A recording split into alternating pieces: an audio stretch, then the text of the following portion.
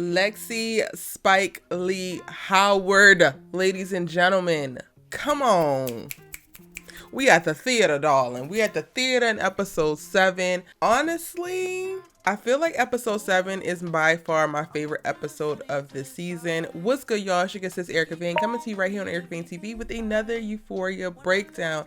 In this video, we are talking about episode 7 from season 2, the theater, and its doubles with Lexi taking center stage, putting on her theater show performance, which was originally called Oklahoma, but is now called Our Life, and she is outing everybody, and we are here for it, okay? Totally here for it. I absolutely adored this episode. The play was utter brilliance. I don't know how they were able to cultivate this play on this high schooler's budget. They got spinning, rotating sets. They got colors and lights and decor and performances. Y'all seen Ethan? Y'all seen Ethan acting down? Where is the Emmys? Where is the Tonys? Please give them all of their awards they deserve. Let me know in the comment section down below, what did you think about episode 7? Because clearly I adored it, and I'm going to probably gush all over this review, but let's talk details. So the episode kind of starts off with a cutback to Rue's dad's, I guess, repast after his funeral, and this episode did a beautiful job of using the play, which Lexi basically wrote, as kind of like a story about her life and her friend's life, and she literally casted doppelgangers for every single person that were so spot on. They performed beautifully. They literally hit everybody's character tone, everything out of the park. They used the play as the present day running theme or set piece, and then in it we are jumping in and out of past flashbacks or past moments that also were synonymous with or what were the things that might have inspired that particular portion of the play. And when we start off, we're at the repast for Rue's dad's funeral, and it's kind of a pickup for what we saw in previous episodes, because we saw her, you know, giving a speech in previous episodes, but in this we spent a lot of time with Lexi and Rue, as well as the doppelganger who plays Rue, and we get to learn really what Rue and Lexi's relationship used to be, and specifically kind of like how the trajectory of their friendship changed from the moment of her father's death and Rue's leaning into using drugs more. I think this was one of the most eye-opening pieces of the episode, and it came very, very early on. And I said that because this is where we learned that Rue did not start doing drugs because her dad passed. She was already doing drugs before her dad passed. What? Like, and her dad passed when she was like in 8th grade. So this means that Rue has been doing drugs since she was in 6th or 7th grade. And while she wasn't doing it to the same magnitude as what she's doing it now, or once her father passed, she was already into that. So the excuse or the reasoning of like the father and the grief and all of that is of what, you know, got Rue to the place that she is with drugs. It no longer stands up. And now I'm wondering, so what was the thing? What is the thing, Rue? What is the thing that sent you spiraling and searching for comfort in drugs that you could not find within your friends, that you could not find within your family, that you could not find within your environment? And I thought it was really cool. The piece of this that Lexi used in the play is that she read Rue a story right after watching Rue do a line of coke and then pass out while she was reading the story, and it talks about not letting the troubled times in your life be that, but let them be lighthouses and let them guide your way a little bit and let them illuminate some other areas of your life so that you can ultimately turn it into a positive. I think that becomes like the theme of what we're seeing with this play.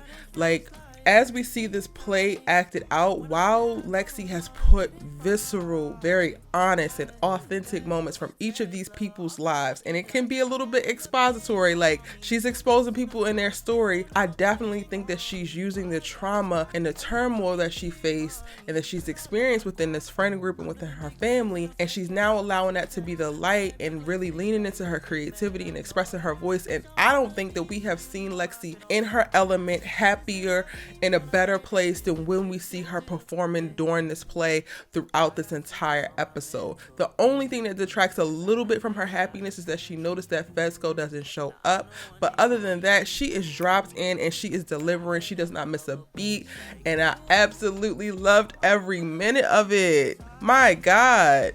Watching the scene where they leave from you know, Rue's dad's repass, which is one of the opening scenes of the play. And then it goes into like the class pictures where all of the doppelgangers are there. And then Lexi is doing a voiceover and she's explaining who people are, and watching the girls' faces as they see their doppelgangers on stage. And then they start to realize like, oh wait, this is about us. That is me. She looked like me. It's like, yes, it's about to get real, but guess what? It's starting, and it's all its glory. Like, it's literally greatness. Y'all, every single person is in the audience watching this play. And I know people were talking on Twitter while like I was live tweeting as I was watching it, as it was premiering, and people were talking about, oh, Lexi needs to get beat up for this. Lexi needs to be held accountable for this. She can't be out here telling everybody's business. Listen, if you want to be written well in the story of somebody's life, then make sure you treat them right. Don't shoot the messenger. And while I can understand like it can be very exposing to some people to see certain things play out, I think that this play is literally what everybody needed. I think out of everyone, Cassie was out of everybody that mattered, catch that, Cassie was probably the most exposed in her deep insecurities, in her shallowness, in her vanity, in her just lack of true perception of what's going on, and no real value system. Like, watching Cassie in that play, I'm just like, yo, you're like legit raggedy girl, like legit. And like, you getting with Nate, that actually probably was always in the cards, because you have literally not been solid from the jump. You have been searching for this type of male validation. You have been subjected to toxic cycles, even when y'all go back to you and Lexi's dad and experiences that you had there. Like, you literally, a lot of your childhood has primed you for these dumbass decisions that you are making right now. So it is very clear that this is supposed to happen. Now, while the play is mirroring, you know, the moments of flashing back to the moments in which they were definitely inspired by, we're also getting cuts to Fezco and him getting ready to come to the play, and what's going on with Mouse and Faye and Ashtray. We don't actually get any kind of resolution about that before the episode ends. It ends on a cliffhanger and a to be continued, but Ashtray, I'm gonna need you to be about that action like you always is, because Faye, you ain't made a decision quick enough as if you going to choose Mouse or if you going to choose Fezco. And sis, you need to choose Fezco because he will hold you down, but clearly you was being a little bit too loyal to the wrong person. And if this man, if a hand or a hair gets placed out of place on Fezco's head, it's somebody's ass. I'm just gonna go ahead and say it, because this young man does not deserve. The scenes where we're watching Lexi and Fezco catch up, because we did a little quick flashback of them over the weeks that she was preparing in the final weeks leading up to the play, and she's talking about, I'm worried about people, you know, being mad at me or not liking me because of this. And he's like literally just giving her real honest ass advice. They have this really dope bond and relationship and connection, and it's just like, we love this for you. He gets all dressed up, puts a suit on, has flowers. He is all ready to hold Lexi down, and then here comes Mouse and Faye with the shenanigans. Don't even know what all the shenanigans are, but they shenanigans. We getting long looks, we getting little nods, we getting little hints, little whatever they got going on, signals or whatever, because clearly they're trying to set up Fezco because of what happened with old boy before, Custer. Sorry, y'all. I was calling him Mouse. Mouse is the one that they killed before, or the one that Ashtray killed. Custer is the one who is Faye's little boo, or whatever he's supposed to be. Either way, they gotta go because they coming for Fezco, and I got a problem with it. Now back to the play. When I tell you Lexi was in rare form, her whole entire storyline about what she imagined puberty was going to be like, she compared herself to Cassie, she broke down a conversation that her and Cassie had, and she really walked through what her ideal setup would be and how guys will want to wish that they had slept with her after high school. She would have these big old boobs and long brown hair, and she would just be the girl that every guy wanted, and that's what she hoped for, but that ain't what she got. And then she had to lean into what she actually became and who she actually is. And I'm just like, girl, you better artistically communicate what puberty is like. You better lean into the feelings of insecurity, of doubt, of just not feeling beautiful or wanted, especially when you standing next to your little blonde hair, blue eyes, big booby sister. Give us the real, Lexi. Give us all the real. Where is her damn Tony? Does Broadway come into Lexi, or do we gotta get Lexi and take her to Broadway? Just let us know how it works. We can coordinate. It's fine. I'm gonna go ahead and get out of the way now.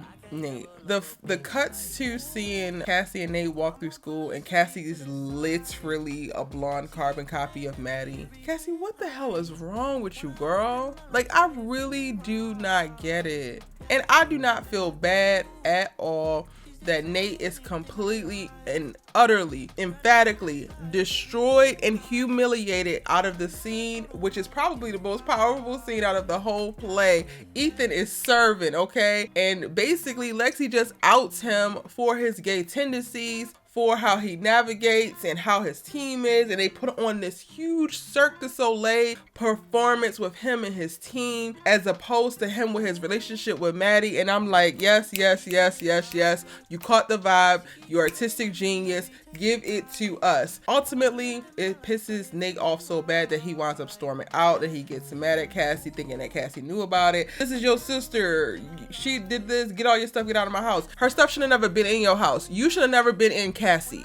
This was never supposed to work. At what point is Nate Jacob going to meet his end? Because I am tired. I am weary. I don't want to see this boy no more. My God. And going back to what I mentioned about Cassie and kind of like how I guess it's destined for her and Nate to end up together, I think that's something that was touched upon when we flash back to Cassie and Lexi when they are with their dad. They go to get ice cream with their dad. Their dad is completely faced, like he is drunk out his mind trying to drive, and Cassie's like, come on, we have to get in a car with him, basically like coaxing Lexi to do it. Lexi feels like, of course this is wrong, I don't want to do it. She's terrified out of her mind. The girl got the dang on ice, don't even eat the ice cream, it's literally melting in her lap while she's bracing herself while they're driving. And it literally, to me, is just analogous to the Lexi that we see of today, where she is just searching for this male validation, searching to be wanted. I thought it was real interesting. I was watching a TikTok, I can't remember her name right now, but she made a note about, in last week's episode, about how she feels like maybe Nate and Cassie really connect on the level of their deep daddy issues. And that also is something that like pops up in this episode, because there's like this weird fantasy sequence or dream sequence where Nate looks like he is taking Cassie, but then it flips and then it looks like Cal is taking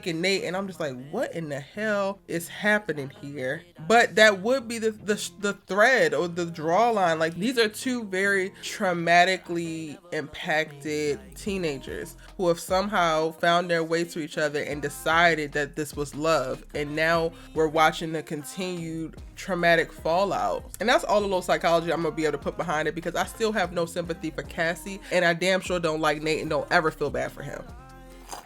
I think the most endearing thing of the entire episode is just watching the different beats that Lexi decided to include about her relationship with Rue. You could tell that Lexi really misses Rue, and as her drug addiction progressed, you could tell that they grew farther and further and further apart. But in looking at the early stages of their relationship, you could tell that they were really, really close. So I'm hoping that next episode there's going to be a conversation or something with Rue and Lexi that can get them to a better place. I think that Lexi is definitely a stronger confidant than somebody like Jules was, and ultimately I still am of the camp of like, I really feel like Rue getting so infatuated with Jules so quickly, and then Jules deciding to leave and do what she did last season did not help in the whole let's try to keep Rue sober. I definitely think that was a huge trigger for her, and if Rue would have been able to lean a little bit deeper into her healthy platonic relationship with Lexi, now I'm starting to question, like, would she even have been subjected or triggered in the way that she was with Jules, who was kind of a little bit emotionally reckless with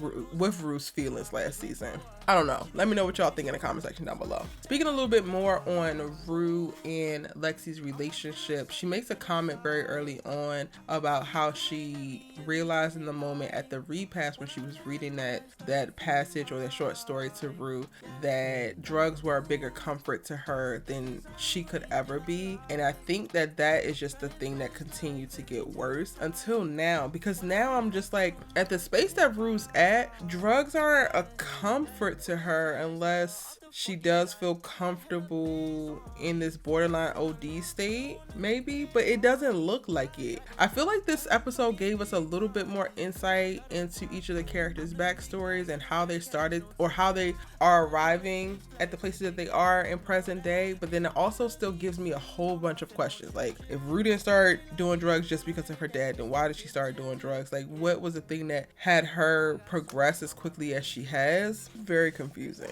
Probably my second favorite moments from the episode was watching Cassie and Maddy see themselves on screen and watching Cassie feel guilty about how she has done her best friend, because we literally get to see how their relationship started and how their relationship grew. They were almost pretty much like perfect for one another, and they connected so quickly, so like organically, and Cassie was really the one who was there for Maddy in some of the most traumatic times of her life. So to know now that a few years later she has completely thrown that relationship to the wind as if it never even mattered, all over a boy who, as Lexi said 2 episodes ago, has always just made fun of her, and that she has known has historically abused and disrespected Maddy. It's just like, girl, what are you thinking? And even though we see her process that, or like start to process that in the audience while watching the play, she still runs out after Nate decides to throw a tantrum, and she's like begging for him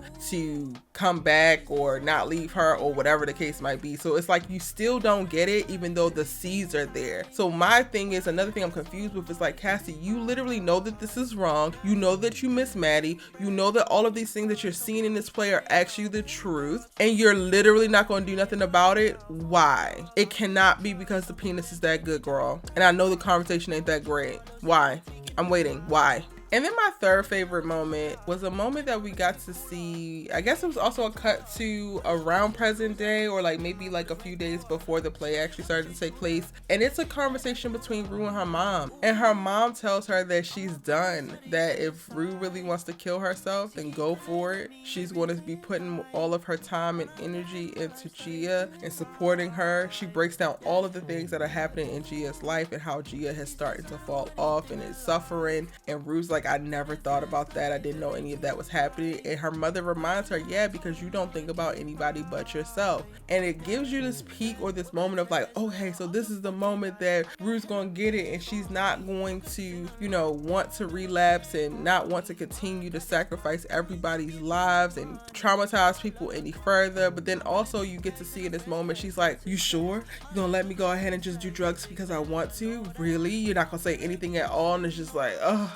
Rue, we're almost there. Can you please turn a corner, sis? Because literally, if you don't, you are going to die, honey. So aside from those major moments, the only other notable moment that I want to speak on is that we also get context into what actually happened after the whole "how long you been fucking Nate Jacobs, Cassie" came out. We got a flashback to that moment where Maddy spends time trying to bang in the door to get Cassie to open the door. Cassie runs into her room, and we get to see literally what happens, and Maddy spits out everything of how she's feeling, how she would never do this to Cassie. She can't believe it. Cassie's just on the other side of the door crying, and it's just like, girl, what are you crying for? This is what you wanted. You love him very deeply. Why can't you face Maddy? They were never together, right? You and Nate belong together, right?